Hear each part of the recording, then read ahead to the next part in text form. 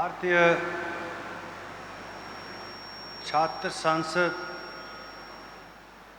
के आज के इस कार्यक्रम में यहाँ मंच पर आसीन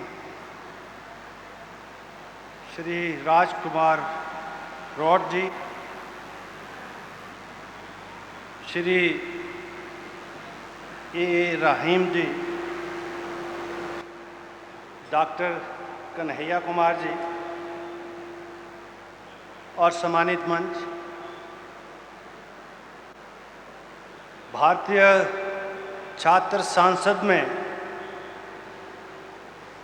MIT से सभी उपस्थित छात्र वर्ग,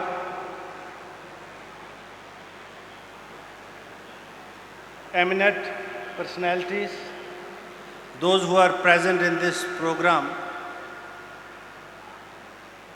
friends, ladies and gentlemen,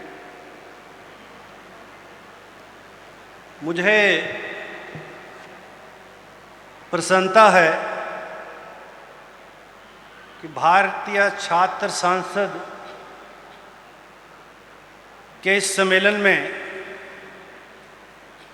आने का मौका मिला, आपसे संवाद करने का मौका मिला, छात्रों की आवाज़ के माध्यम से देश की चुनौतियों को जानने का मौका मिला और उन चुनौतियों को निपटने के लिए, उनका सामना करने के लिए उनकी वचनबद्धता को सुनने का मौका मिला। आपने मेरे बारे में एक ब्रीफ अभी फिल्म देखी और टॉपिक है राइट लेफ्ट और out of the site. The Indian politics is going towards which side, whether the right side और the left side or out of sight. That is the issue, my dears. You are to face the challenges in the reality. What was our past? That is a gone case. We are not to carry the history, but we are to make the history. We should not feel proud that our ancestors, forefathers, they have done this, they have done that. What we are to likely to do, that we must think. And this is a challenge to all you. I happen to be a student of the university also, long back, 50 years back. And I have fought 9 elections and this is my 10th elections. What is the reality of the Indian polity that you must understand? These bhashans, they give nothing. You have to manage the boards. You have to manage the issues. And if you can manage the issues and votes, then you can be a representative. No doubt, this university is with a novel idea by Dr. Rahul Kar, is a school of politics. And this is the only university, I think, in India which is teaching the politics. And you are lucky enough also that some of the students of this MIT have been elected as councillors and now MLAs also. I must congratulate this university and Mr. Rahul Kard for that also. But you see that is not going to solve the problem, because we as India, when we got independence, we were 34 crores and now we are 140 crores. Now you are talking about the equalities. You were talking about the opportunities. I ask you, most of you, those who belong to the Bihar, those who belong to the Uttar Pradesh, those who belong to the Maharashtra, see the civic conditions of those states, though they were having a very golden era in the shape of Chanakya, Magad Naresh, and Bindusar, Ashoka. But what we have to do with that? They done whatever they were in a capacity to do in those times. and it is a proud moment for us to remember them. But where the Bihar is now, where these big states are now, and likewise, same is the condition of the small states also. I belong to the Himachal Pradesh. After independence, 15th April 1948, just after 8-9 months, the Himachal was born. We have resources with us, environment, water, forest. 60% of the area is the forest area. Who is sharing these resources with us? We as a state is the owner of those resources. However, these resources vest with the center. Union is nothing, it is a combination of states. And you see, union is ruling the states, and they are not distributing even the resources.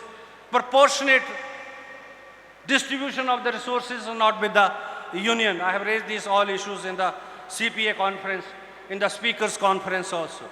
If we want to go forward, सभी प्रदेशों को अगर आगे बढ़ना है, सभी को आगे तरक्की उन्नति करनी है, भारतवर्ष तभी विकसित होगा जब सभी प्रदेश आगे बढ़ेंगे। सभी प्रदेशों की आय जो है वो देश की आय बनेगी। अरे कहीं तो रहने को मकान नहीं है, कहीं गांव में झोंपड़ी नहीं है, पीने के पानी का जल नहीं है, बिजली नहीं है, और हम बात कर रहे हैं कि हम दुनिया की बहुत बड़ी ताकत बनने जा रहे हैं। बातों से हम ताकत नहीं बन सकते, हमको काम करना पड़ेगा। इंडियन पॉलिटिक्स में बातें ज़्यादा होती हैं, काम कम होता है। और मेरा ये प्रैक्टिकल एक्सपीरियंस है, मैं आपसे शेयर कर रहा हूँ। मैंने कहा मैं 9 चुनाव लड़ चुका हूँ और अभी शायद 10वां लड़ूँ, लेकिन मैं ये कहना चाहूँगा जब तक इन रियलिटीज़ के ऊपर हम सबको विचार मंथन, और ये चैलेंज आपके लिए है, आप ये चैलेंज चाहे आप जो है किताबों के माध्यम से जो भी तैयारी करके यहाँ आके अपने भाषणों के द्वारा अभिव्यक्ति करें, आपको रियलिटीज़ को समझना पड़ेगा और उन रियलिटीज़ के मुताबिक जो है काम करना पड़ेगा। और उसमें आप जो है युवा जो है सबसे अग्रणी रहेंगे, ऐसा मुझे पूर्ण विश्वास। हम भी युवा थे और आज भी हैं। वर्ष 1985 में मात्र 27 वर्ष की आयु में विधानसभा का चुनाव लड़ा और उस समय के राजनेता को हराकर मैं विधानसभा पहुंचा। लगभग 9 चुनाव लड़ चुका हूं, 5 बार जीत चुका हूं, वेरियस पोजीशन पर काम कर चुका हूं, लेकिन आज मैं ये महसूस करता हूं विधानसभा का अध्यक्ष होने के नाते कि विधानसभाओं में होता क्या है। चुने हुए प्रतिनिधि जो है देश के, समाज के या प्रदेश से जुड़े हुए जो मसलों हैं उनके ऊपर कितना वार्तालाप करते हैं और उस वार्तालाप के माध्यम से, आम सहमति के माध्यम से विषयों का निराकरण करते हैं। और मैंने कहा था जब दिमाग के अंदर आपके पॉलिटिक्स हो तो विधानसभा हो चाहे लोकसभा हो, विषयों का निराकरण नहीं हो सकता। आप विधानसभा जाते हैं या लोकसभा जाते हैं, दिमाग में राजनीति है और राजनीति से ओत-प्रोत वो दिमाग जाकर वहाँ विषयों को रखता है। विषयों को रखने की बजाय ऐसी परिस्थिति पैदा करता है ताकि बाहर जो है निकलने का रास्ता हो, प्रोटेस्ट हो, और प्रोटेस्ट के साथ साथ बहुत बड़ी खबर जो है मीडिया के माध्यम से अखबारों में आए। उससे ये लोकतंत्र प्रजातंत्र मजबूत होने वाला नहीं। आप राइट और लेफ्ट की बात करते हो, आप ना राइट है ना लेफ्ट है। अब तो एक ऐसी विचारधारा की ज़रूरत है जिस विचारधारा में इंसान और इंसानियत की कदर हो, किसी भी जाति विशेष की कदर ना हो, किसी भी विशेष राज्य की कदर ना हो। और जब हम इंसान और इंसानियत को आगे बढ़ाने का काम करेंगे, मैं ये समझता हूँ ये भारतवर्ष दुनिया की ताकत बन सकता है, लेकिन उस चैलेंज को हमको लेना पड़ेगा। और इस युवा सम्मेलन, सांसद सम्मेलन के माध्यम से मेरा आप सबसे आग्रह है कि आप आगे बढ़िए, देश आपके साथ है। राजनेता हो ना हो लेकिन देश आपके साथ है, लेकिन आपको मुद्दों के ऊपर कोई कंप्रोमाइज़ ना करते हुए आगे बढ़ना है। मेरी ऐसी शुभकामनाएं आपके साथ हैं। आप 10 मिनट का समय था, आप सबका बहुत बहुत आभार, धन्यवाद, और आप सबको मेरी बहुत बहुत शुभकामनाएं।